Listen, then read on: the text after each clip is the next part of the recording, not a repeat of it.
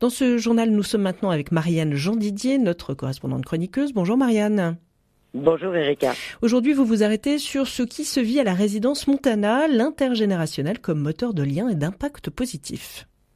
Et oui, Erika, à Angoulême, la résidence Montana, dédiée aux seniors autonomes, propose bien plus qu'un simple cadre de vie sécurisé. En ouvrant certains appartements vacants à des touristes de passage et en accueillant des étudiants au cœur de l'établissement, elle fait le choix assumé du brassage des publics et des générations.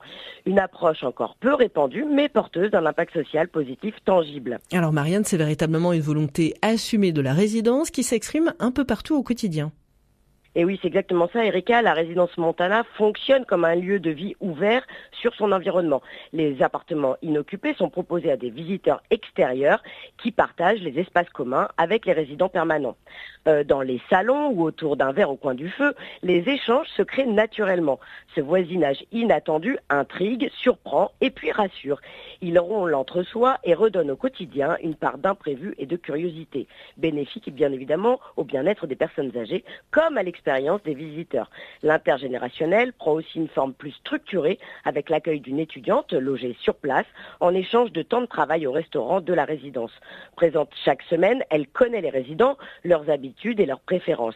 Elle les accompagne parfois de petits gestes du quotidien, comme l'usage du téléphone ou d'un service numérique.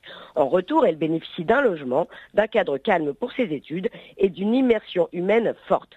Cette relation équilibrée crée de la valeur des deux côtés, sans logique d'assistance, mais dans une dynamique de réciprocité. Et cette ouverture large, pensée en permanence, a donc des conséquences réelles et porteuses au cœur de la résidence et qui débordent en quelque sorte, Marianne. Exactement, cette ouverture s'étend aussi aux services et aux activités proposées au sein de la résidence. Coiffeurs, esthéticiennes, piscines ou restaurants accueillent aussi les clients extérieurs, tandis que les résidents participent à un large éventail d'activités, sports adaptés, jeux, ateliers créatifs ou moments festifs.